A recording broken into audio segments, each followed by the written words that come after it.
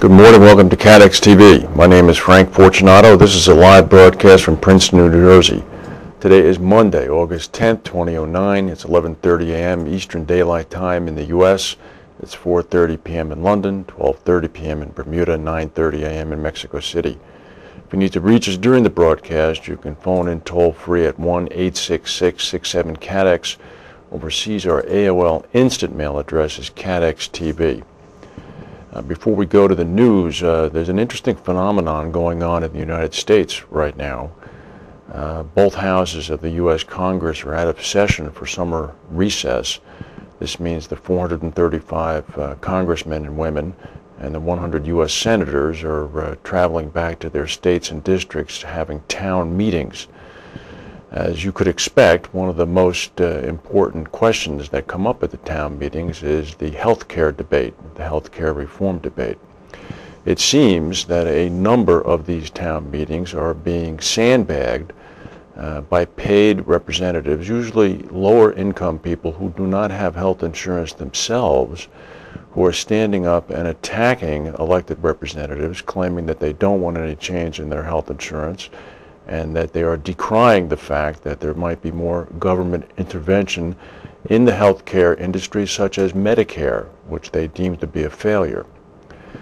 Medicare is one of the most successful health insurance programs ever created by the government. Number two, many of these people don't have health insurance. Anything that Congress would pass would only help them. Number three, the paid industry sources are so afraid of what could happen here that could diminish their profits that they're about to be exposed.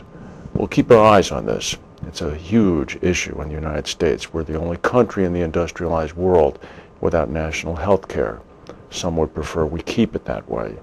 I don't think it's going to be the case. Now to our main news, weather news. We've been tracking Typhoon Marakat as it passed its way through the Western Pacific.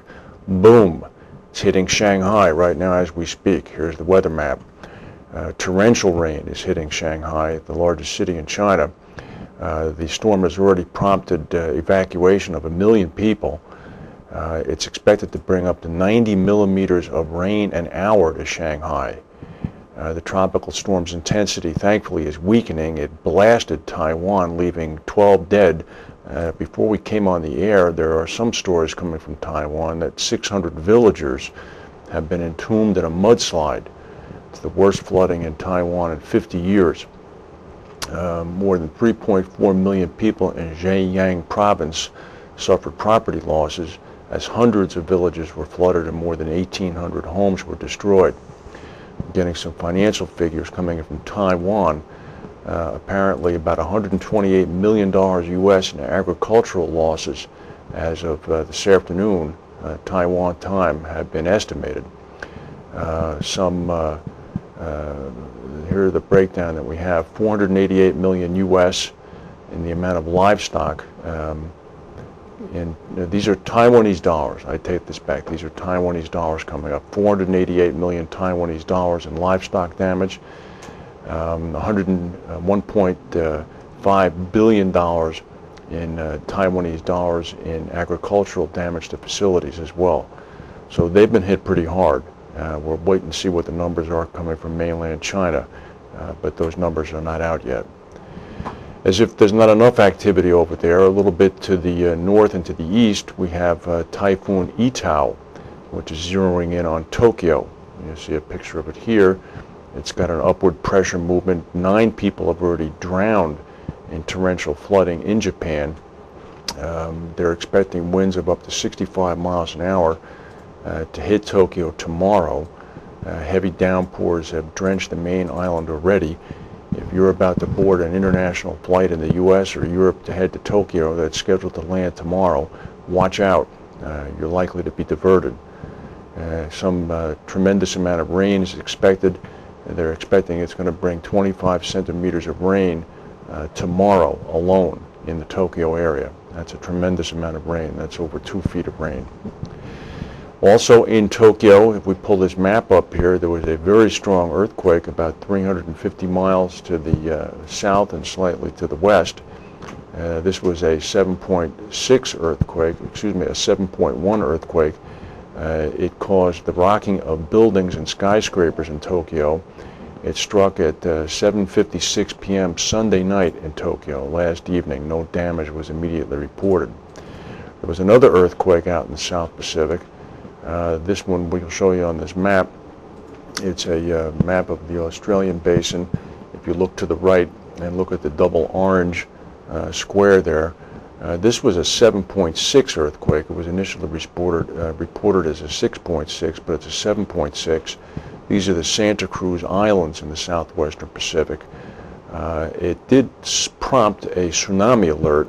The Pacific Tsunami Warning Center issued a bulletin saying that data indicated no threat of a destructive widespread tsunami, but that a smaller tsunami that could be destructive within 60 miles of the epicenter could be expected.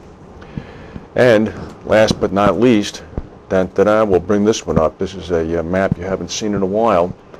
This is the map coming from the National Hurricane Center in Coral Gables, Florida. We've not had cause to bring it up. There is a disturbance out in the far east of the Atlantic off the Cape Verde Islands. This was spotted this morning. It's a low pressure system southwest of the Cape Verdes. It could develop into the first hurricane of the season over the next 2 days. The Hurricane Center is saying that the system could become a tropical depression during the next day or two as it moves west at about 15 miles an hour. There's a medium chance, which could be 30 to 50%, that it could become a tropical storm in the next 48 hours. The weather models do not expect the system to threaten any land over the next 5 days. If the system develops into a tropical storm with winds of 39 to 73 miles per hour, it would be named Anna, that's with one N, would be the first named storm of the Atlantic hurricane season. By this time last year, there were already 5 named storms in the Atlantic basin. Obviously, people who are insuring U.S. oil and natural gas installations and refineries and platforms in the Gulf Coast are watching this carefully, as are commodity insurers in Florida and along the coast of Texas. Over the weekend on Saturday in New York, over the Hudson River, a spectacular air crash occurred. A single-engine Piper Cub and a tourist helicopter collided in broad daylight without a cloud in the sky. 9 people, including 5 Italian tourists, died. National Transportation Safety Board officials say it's too early to speculate on what caused the accident. Apparently, the airplane came right up the back of the helicopter and crashed into it from behind. Witness information is being collected. Neither aircraft had black box flight data recorders. The plane was a private plane. It started from Teterboro Airport. The helicopter was owned and operated by Liberty Helicopter, a New York-based tour group. Stock market's down about 22 points now. We'll go to a word from our sponsors.